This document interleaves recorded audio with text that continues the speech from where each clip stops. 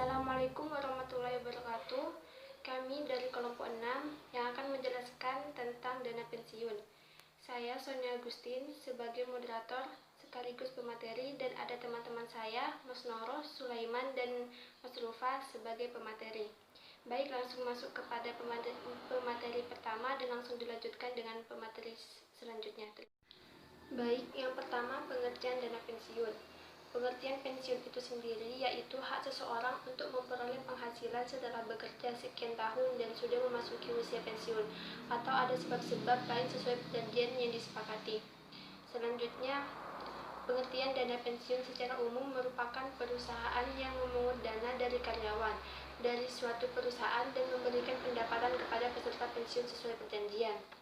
Dan menurut UU nomor 11 tahun 1992, dana pensiun adalah badan hukum yang mengelola dan menjalankan program yang menjanjikan manfaat pensiun. Dengan demikian jelas bahwa yang mengelola dana pensiun pun adalah perusahaan yang memiliki badan hukum seperti bank umum atau asuransi. Baik, selanjutnya sejarah dana pensiun. Di Indonesia, dana pensiun untuk pegawai pemerintah pada zaman penjajahan diatur dalam Statsblad nomor 550 tahun 1926 dan Statsblad nomor 557 tahun 1934. Pemerintah Republik Indonesia setelah zaman kemerdekaan menerbitkan Peraturan Pemerintah nomor 60 tahun 1951 tentang peraturan sementara mengenai pemberian pensiun kepada pegawai negeri. Baik, selanjutnya tujuan dana pensiun. Bagi pemberi kerja, tujuan untuk menyelenggarakan dana pensiun bagi karyawan adalah memberikan penghargaan kepada para karyawan yang telah mengabdi di perusahaan tersebut. Yang kedua, agar di masa usia pensiun karyawan tersebut dapat menikmati hasil yang diperoleh setelah bekerja di perusahaannya. Yang ketiga, memberikan rasa aman dari segi batiniah sehingga dapat menurunkan turn-off karyawan. Yang keempat, meningkatkan motivasi karyawan dalam melakukan tugas sehari-hari. Yang kelima, meningkatkan citra perusahaan di mata masyarakat dan pemerintah. Sedangkan bagi karyawan yang menerima dana pensiun adalah kepastian memperoleh penghasilan di mana yang akan datang sesudah masa pensiun, dan meningkatkan rasa aman dan dapat meningkatkan motivasi untuk bekerja. Assalamualaikum warahmatullahi wabarakatuh. Perkenalkan, nama saya Mas Rufa. Saya di sini akan menjelaskan dasar hukum dana pensiun yang ada di Indonesia, yaitu terdapat dalam Undang-Undang Nomor 11 Tahun 1992 tentang dana pensiun. Peraturan Pemerintah Nomor 76 Tahun 1992 itu tentang dana pensiun pemberi kerja, dan juga Peraturan Pemerintah Nomor 77 Tahun 1992 tentang dana pensiun lembaga keuangan. Utama diajukannya undang-undang pensiun adalah untuk menetapkan hak peserta, menyediakan standar peraturan yang dapat dijamin diterimanya manfaat-manfaat pensiun pada waktunya, dan juga dapat menjamin diterimanya manfaat-manfaat itu untuk memastikan bahwa pensiun digunakan sebagai sumber penghasilan yang berkesinambungan bagi para pensiun, untuk memberikan pengaturan yang tepat untuk dana pensiun, dan juga untuk mendorong mobilisasi tabungan dalam bentuk dana pensiun jangka panjang, dan juga untuk memastikan bahwa dana tersebut itu tidak ditahan dan juga digunakan oleh perusahaan atau pengusaha untuk investasi-investasi yang mungkin berisiko atau tidak sehat. Dan juga Badan Pengawas Modal dan juga lembaga keuangan telah mewajibkan seluruh lembaga dana pensiun untuk menyusun sekaligus menerapkan pedoman dan juga tata kelola dana pensiun sejak tanggal 1 Januari 2008. Saya akan menjelaskan tentang iuran dana pensiun dan penerapan dana pensiun. Iuran pembayaran dana pensiun berdasarkan prinsip syariah, yaitu iuran pemberi kerja yang melewati 2,5 bulan sejak jatuh temponya akan dikenakan sanksi berupa denda yang akan dihitung dari hari pertama jatuh temponya. Dan yang kedua yaitu sanksi berupa denda adalah sebesar denda yang layak untuk per bulan dari akumulasi tunjangan iuran tersebut. Dan yang ketiga yaitu dana taksir yang tidak termasuk dana aset dana pensiun dan wajib digunakan sebagai dana sosial. Selanjutnya yaitu penerapan dana pensiun. Penerapan syariah dalam lembaga program dana pensiun sangat dimungkinkan adalah bahwa menggunakan skema yang bebas dari unsur-unsur yang dilarang oleh syariat Islam yang berupa maisir, gharar, riba, dan batil. Dengan demikian, dana yang terkumpul dari iuran yang dibayar oleh peserta harus diinvestasikan pada instrumen investasi yang dibenarkan secara syariah. Misalnya, diinvestasikan pada efek-efek yang sesuai dengan prinsip syariah, yakni efek perusahaan yang sudah terdaftar dalam Jakarta Islamic Index atau disebut JIII.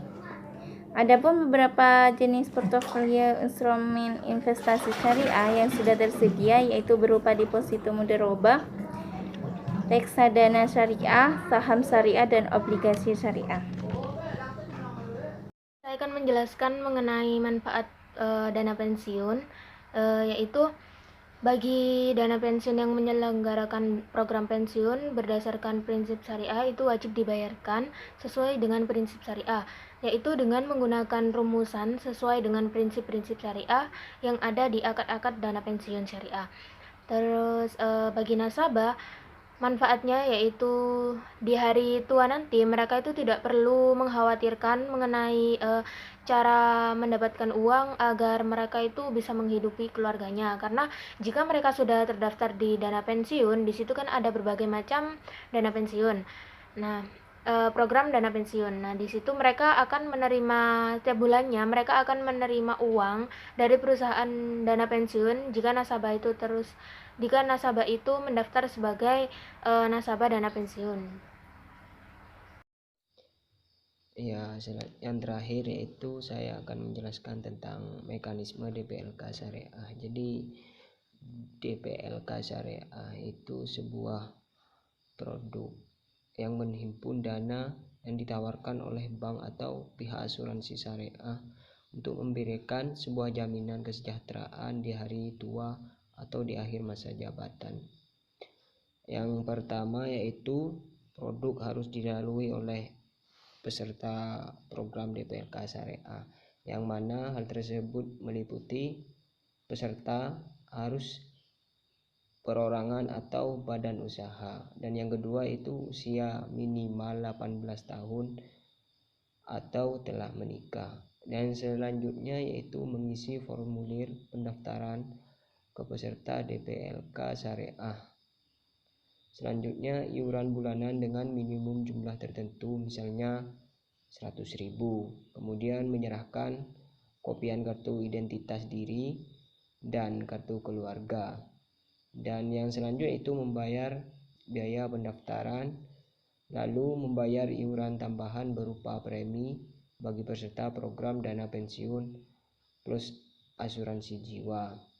Dan yang kedua yaitu karakteristik produk dana pensiun dengan konsep tabungan, yang mana hal ini meliputi bentuk setoran tabungan dengan jadwal penarikan diatur dalam ketentuan. Dan yang selanjutnya selama masa kepesertaan tidak dilindungi oleh asuransi jiwa. Dan yang selanjutnya manfaat pensiun terbesar total iuran dan hasil investasinya.